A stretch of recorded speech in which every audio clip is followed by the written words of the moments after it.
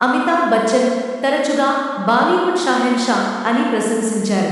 October 11, 1942న భారతదేశంలోని ఉత్తరప్రదేశ్‌లోని అలహాబాద్‌లో జన్మించారు.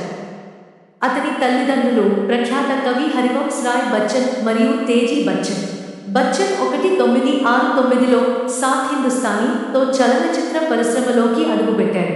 అది అతనికి ఉత్తమ నూతన నటుడిగా జాతీయ చలనచిత్ర అవార్డును సంపాదించిపెట్టింది. అయినప్పటికీ జంజీర్ 1973లో ఇన్స్పెక్టర్ విజయ్ ఖన్నాగా అతని పాత్ర అతనిని స్టార్డమ్‌కి తీసుకువచ్చింది. భారతీయ సినిమాలో యాంగ్రీ యంగ్ మ్యాన్ యొక్క ఆర్కిటైప్ను నిర్వచించింది. 1970 మరియు 1980లలో బాలీవుడ్లో బచ్చన్ ఆధిపత్యం అసమానమైనది. అతను షోలే, దీవార్, డాన్, ముకద్దర్ కా సికందర్ మరియు కూలీ వంటి బ్లాక్ బస్టర్ హిట్లను అందించాడు.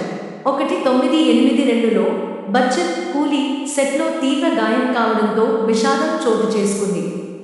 అతని విశేషమైన కోలుకోవడం దేశవ్యాప్త అభిమానుల నుండి అపారమైన ప్రజల దృష్టిని మరియు ప్రార్థనలను పొందింది. 2000లో బచ్చన్ టెలివిజన్లో కౌన్ బనేగా కరోడ్పతి హోస్ట్గా ప్రవేశించాడు. ఇది Who Wants to Be a Millionaire అతని ఆకర్షణీయమైన ఉనికి ప్రదర్శన యొక్క విజయానికి గణనీయంగా దోహదపడింది. భారతీయ సినిమాకు బచ్చన్ అందించిన సేవలు విస్తృతంగా గుర్తించబడ్డాయి. అతను ఉత్తమ నటుడిగా 4 జాతీయ చలనచిత్ర అవార్డులు మరియు అనేక ఫిల్మ్ఫేర్ అవార్డులను అందుకున్నాడు.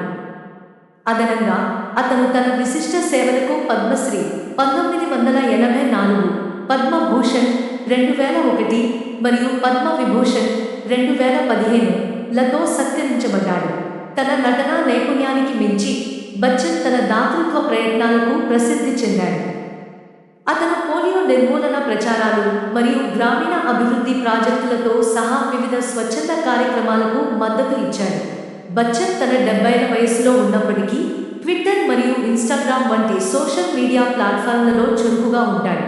అక్కడ అతను వ్యక్తిగత అంతర్దృష్టులను పంచుకుంటాడు మరియు ప్రపంచవ్యాప్తంగా మిలియన్ల మంది అభిమానులతో కనెక్ట్ అవుతాడు. అమితాబ్ బచ్చన్ వినయపూర్వకమైన ప్రారంభం నుండి భారతీయ చలనచిత్రంలో ఒక ఐకానిక్ వ్యక్తిగా మారడం అతని ప్రతిభ, స్థితిస్థాపకత మరియు శాశ్వత ఆకర్షణకు నిదర్శనం.